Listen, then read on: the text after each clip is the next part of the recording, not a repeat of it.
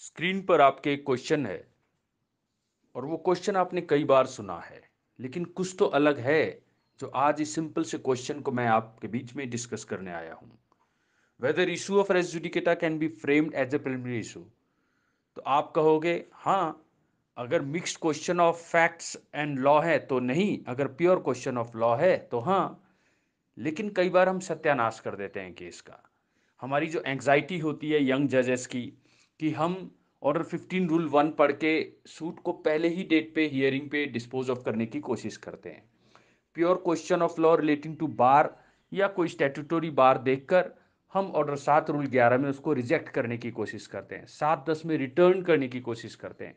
Order 14 rule 2 सब rule 2 में हम प्रिलिमिनरी इशू फ्रेम करके ही केस को खत्म कर देते हैं। लेकिन शायद इसीलिए ऑनरेबल सुप्रीम कोर्ट ने रिसेंटली एक जजमेंट में कहा था ये क्लासिक फ्रॉड है कि एक ही दिन में plain written statement, replication, issues, गवाही और जजमेंट।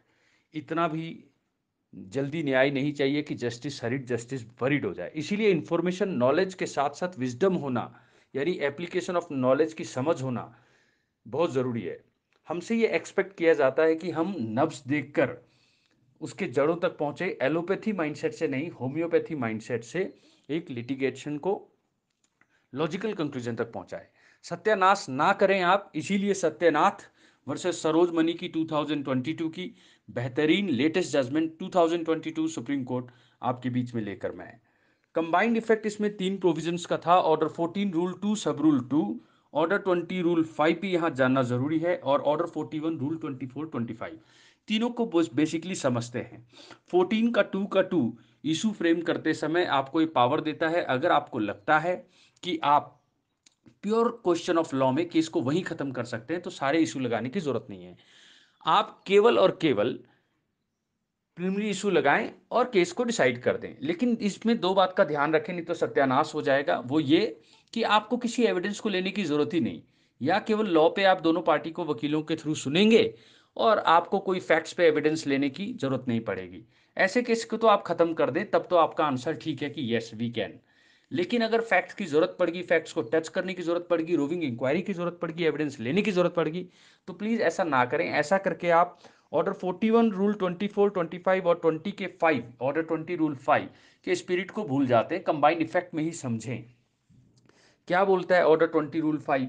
ये बोलता है कि सारे इश्यूज पे फाइंडिंग देना जरूरी है जब आप जजमेंट लिखते हैं। और 41 का 24 25 भी इसीलिए बनाया गया है कि कोर्ट को अननेसेसरी केस को रिमांड ना करना पड़े।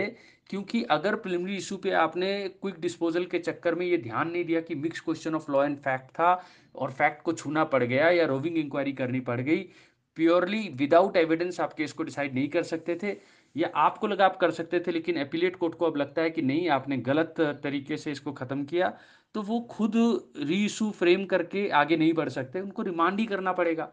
तो फिर तो जो ऑब्जेक्ट था स्पीडी ट्रायल का, जो ऑल परवेसिव है, और ऑर्डर 14 रूल 2 सब रूल 2 में, ऑर्डर 25 में, या मतलब 20 के 5, ऑर्डर 20 रूल 5 में, या ऑर्डर 41 रूल 24 एंड 25 में, तो वो तो सारा फेल हो गया। तो एक तरीके से अगर एक चीज को पढ़ के आप डिसाइड करेंगे तो हमेशा गलतियां करेंगे, चाहे क्रिमिनल लॉ है, चाहे सिविल, चाहे एविडेंस।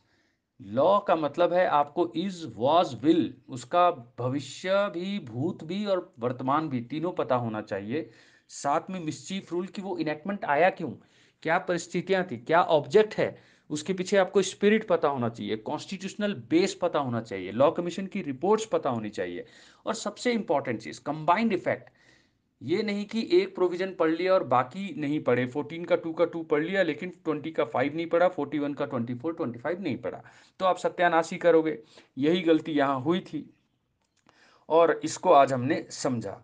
इसके पीछे रीजन बता दें, ऑर्डर 7 रूल 11 है आप प्लेंट को रिजेक्ट कर दें, लेकिन प्लेंट को रिजेक्ट करते समय आप जो ABCD है वो सबको पढ़ें कि क्या क्या ग्राउंड है, कौन सा क्यूरेबल है, कौन सा नॉट क्यूरेबल है। जो क्यूरेबल है उसको ना करें, पार्ट रिजेक्ट ना कर दें प्लेंट को। ऑर्डर 14 रूल 2 सब रूल 2 में एक बहुत इंपॉर्टेंट बात आती है। मान लो आपने पहले इशू सारे लगा दिए, उसके बाद एक इशू को पिक करके डेफर कर दें आप बाकी सारी चीजें, और आपको लगे प्रिलिमिनरी एविडेंस की तरह बिना एविडेंस लिए, बिना फैक्ट्स को छुए खत्म किया जा सकता है preliminary purely question of law पे, तो क्या आप कर सकते हैं? इशू तो आपने सब पे लगा दिए, फिर ऑर्डर 20 रूल 5 वायलेट तो नहीं हो जाएगा?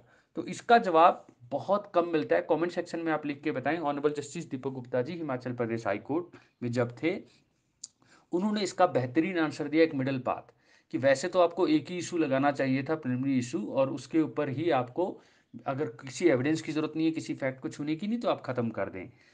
लेकिन अगर आपने सारे इश्यूज लगा लिए और अभी केस आपने गवाही पे नहीं रखा, तो आप उस समय एक को चूज करके अगर करते हैं तो वो फिर भी वैलिड रहेगा, वो गलत नहीं होगा। लेकिन अगर आपने सारे इश्यूज लगा के पीडब्ल्यूज पे रख ही दिए, फिर आप पिक एंड चूज नहीं कर सकते। ये ऑर्डर 20 रूल 5 की वायलेशन होगी। ये छोटे छोटे नुएंसेस अगर आप ध्यान रखें तो पार्टी रिवीजन में जाती है, फिर वो रिमांड बैक होता है, और फिर इससे जो एक काउंटर प्रोडक्टिव हो जाता है सारा प्रोविजन। इसी पे चिंता जाहिर की ऑनरेबल सुप्रीम कोर्ट ने।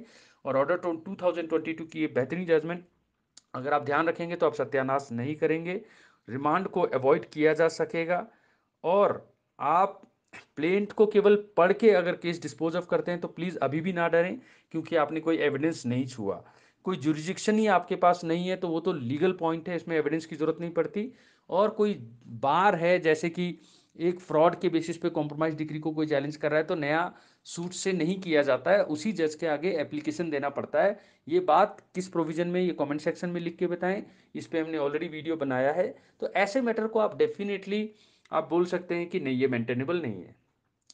कोई सेक्शन 94 सी या 95 जो सीपीसी का है, तो अगर आपने 94 के सी में बिना 3 इंग्रेडिएंट यानी प्राइमा फेसी या बैलेंस ऑफ कन्वीनियंस या इरेपरेबल लॉस एंड डैमेज, इनमें से कोई एक मिसिंग भी था, फिर भी आपने 94 के सी की पावर एक्सरसाइज करके आपने रिलीफ दे दिया, इंजंक्शन दे दिया, टेम्पररी इंजंक्शन दे दिया, और वो झूठा पाया गया, तो उसके लिए कोई अलग से अगर कोई सूट डाल देता है तो वो सूट नहीं चल सकता, क्योंकि ये बार बाई लॉ है। 95 कहता है कि एप्लीकेशन ही दे दो, सूट की जरूरत नहीं है। 95 में ही आप 50,000 तक का दंड दे सकोगे। तो डेफिनेटली ऐसी बातों को तो आप ऑर्डर 14 रूल 2 सब रूल 2 में, 7/11 में, ठीक है, 15/1 में, या समरी सूट 37/1 में अलग अलग सारे दिए हुए हैं। जहां आपको स्पीडी करना है करें, मेरा कहने का मतलब है सत्यानाश ना करें।